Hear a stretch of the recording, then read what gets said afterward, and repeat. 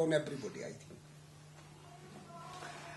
So what is the central government's push towards this policy that you are so desperately trying to implement in two areas? Because I know that you are very committed to Ayurvedic herbs, and you have made a policy that every family should have at least 6 Ayurvedic herbs, especially the aloe vera plant, which you are very keen, and you see now everywhere in Shimla when you go, a little aloe vera plant growing outside. How and what does the central government align with your vision of Himachal?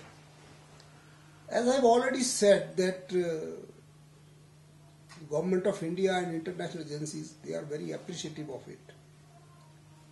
But I have been telling them that there is one line in Kathopanishad, that's a very old testament Upanishad, and it says, money is the sixth sense without which other 5 senses cannot work. We may have good policies, we may think of better things, we may think of providing all these things, but money is an important part in that. So these developed countries or the Government of India, they have to realize that those who are trying to implement these things, they have to be supported, they have to be helped. And as Government of India can claim carbon credits from the world community, they must pay to it the Himalayan states. It is Jammu and Kashmir, Himachal Pradesh, Uttarakhand, Sikkim, Northeast states. All these states which are protecting, which are, one can say, the main source of supplying oxygen to the country, and because of which the Himalayas is saved to whatever extent it is saved. And if that green services or environment services money is paid to these states, they can be encouraged to protect the environment, to protect the trees, the forests, the greenery, and which will also save the much desired snow, the glaciers. But for that all they have to pay, whether it is the Government of India or it is the international agencies, they have to pay for it. Sir, you are also Minister of Tourism for Himachal Pradesh. Many tourists come to this state, especially to see the snow line and the fauna and flora. Yeah. There is a tremendous amount of pollution that is created out of tourism coming here.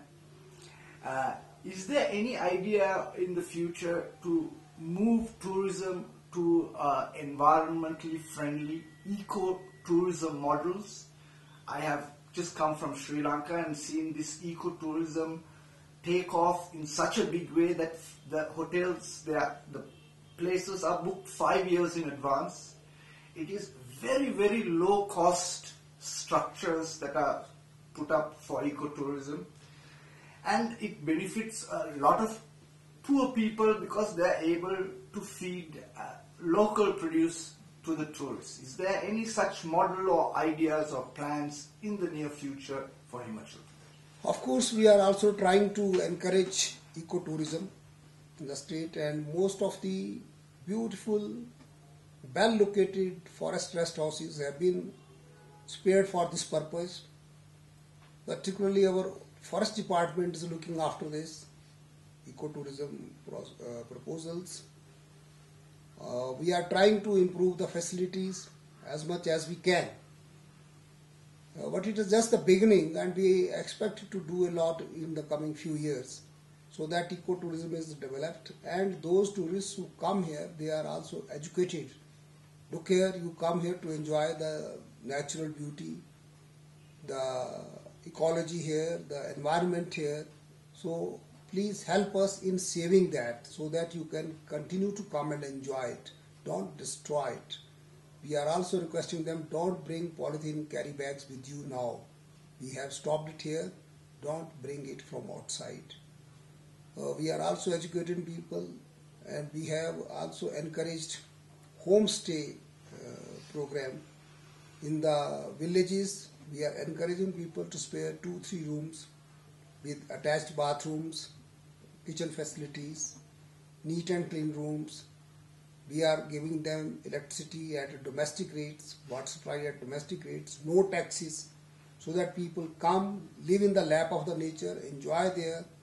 And as you have mentioned, the poor people or the villagers, the rural people, they are able to spare few rooms in their homes. And outsiders coming there pay little to them. They also earn, enjoy, and the rural economy is also improved. So I was talking to Mr. Arun Kumar or Mr. Arun Sharma, Director of Tourism, Yeah. and he gave me a statistic that the average tourist spends 900 rupees a day in this state, and that there is a big problem with transportation and communication regarding tourism. Is there any plans to be able to service the higher end tourists in this state? You have put a very good question.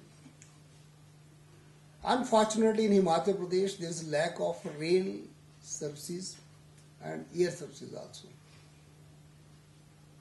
So all the transport is by road. It discourages the high-end tourists to come here. But now we have taken up the issue.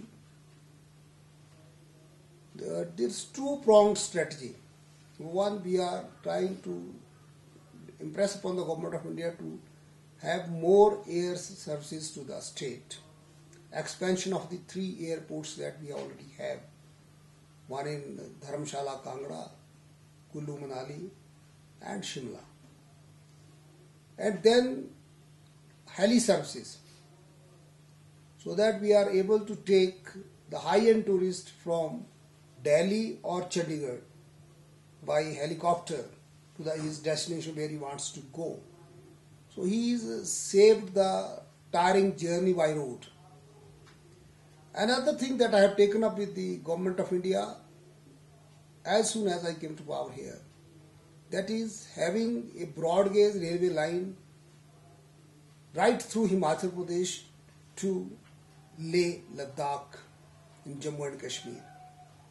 That is important from defense point of view also and tourism point of view also, because that will ensure the transportation of men and material for the army to the northern border with the China, and that will also be eco-friendly, because then tourists will neither the army will have to move thousands of trucks every day on these roads, and thousands of private vehicles and public vehicles carrying the tourists will not be also spreading the pollution. They will also be traveling by train. So air services, train services and heli services, these 3 are in the under consideration. We are trying to have it as soon as we have. I think that will also add to the efforts being made to save this environment and ecology. Something that was brought up by several people I've spoke to the state is a very high standard of hotel education.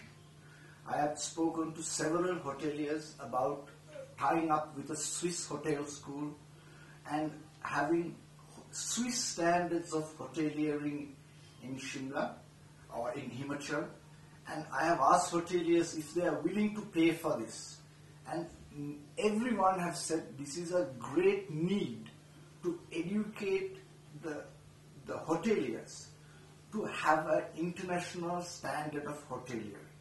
Is this something that is being considered, or is there anything in this department around training and development the hotel industry? This is a very good suggestion. In fact, we would like to implement it. We already have a hotel management institute in Kufri with the help of the Government of India. Another hotel management institute is coming up at Hamirpur. The building is under consideration. The admission has taken place and Fruit Craft Institute is under construction